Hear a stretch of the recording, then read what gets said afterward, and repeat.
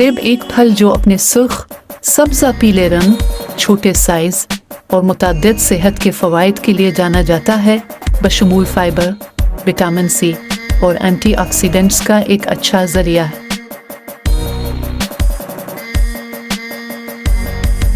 सेब एक फल जो अपने सुर्ख, सब्ज़ा पीले रंग, छोटे साइज़ और मुतअद्दिद सेहत के फ़वाइद के लिए जाना जाता है, बशमूल फाइबर, विटामिन सी और एंटीऑक्सीडेंट्स का एक अच्छा ज़रिया है।